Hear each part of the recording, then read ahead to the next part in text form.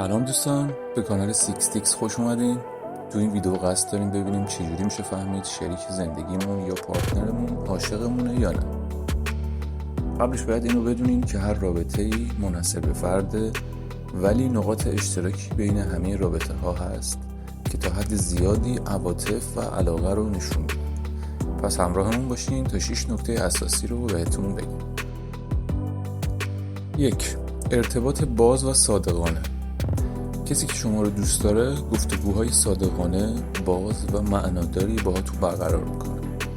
احساسات، افکار و رویاهای خودش رو با شما در میان میذاره و علاقه داره اینها رو از شما هم بشنوه. میزان تمایل اون نفر به ایجاد این چنین ارتباطاتی میزان ارزش رابطه عاطفی رو نشون میده. 2. اولویت دادن به سلامتی شما.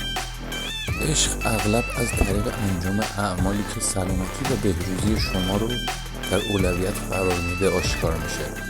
اگه شریک زندگیتون مدام در هنگام بیماری ازتون مراقبت میکنه و نگرانی قلبی برای سلامتی شما داره، قطعاً عشق واقعی بهتون داره.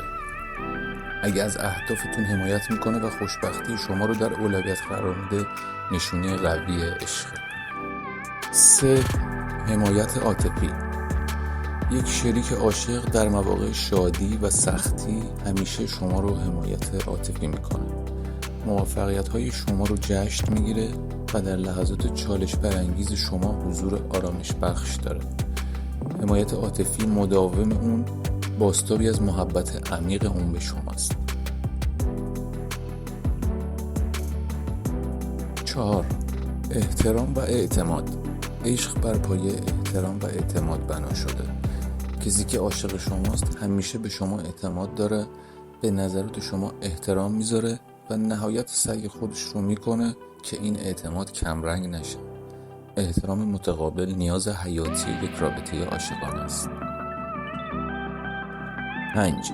زمان با کیفیت با هم. گذراندن زمان با کیفیت در کنار هم از نشانه‌های بارز عشق پایداره. شریکی که شما رو دوست داره گذراندن وقت با شما رو در اولویت همه کارهاش قرار میده، خواه برای سرگرمی‌های مشترک، مکالمات معنادار یا صرفاً برای وقت گذرانی با همدیگه یا تماشای یک فیلم ساده، اما در کنار شما. 6. عاطفه و صمیمیت جسمی. محبت جسمی یا فیزیکی روشیه که بسیاری از مردم به وسیله اون علاقهشون رو ابراز میکنن. اگه شریک زندگی ما محبت فیزیکی مثل گرفتن دست، بغل کردن یا بوسیدن رو نشون میده، این نشونه از عشقشه و چیزی بیشتر از یک عمله.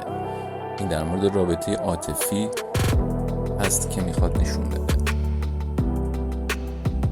البته لازمه بدونید که این علائم برای همه قطعی نیستن و هر فردی عشقش رو متفاوت ابراز میکنن.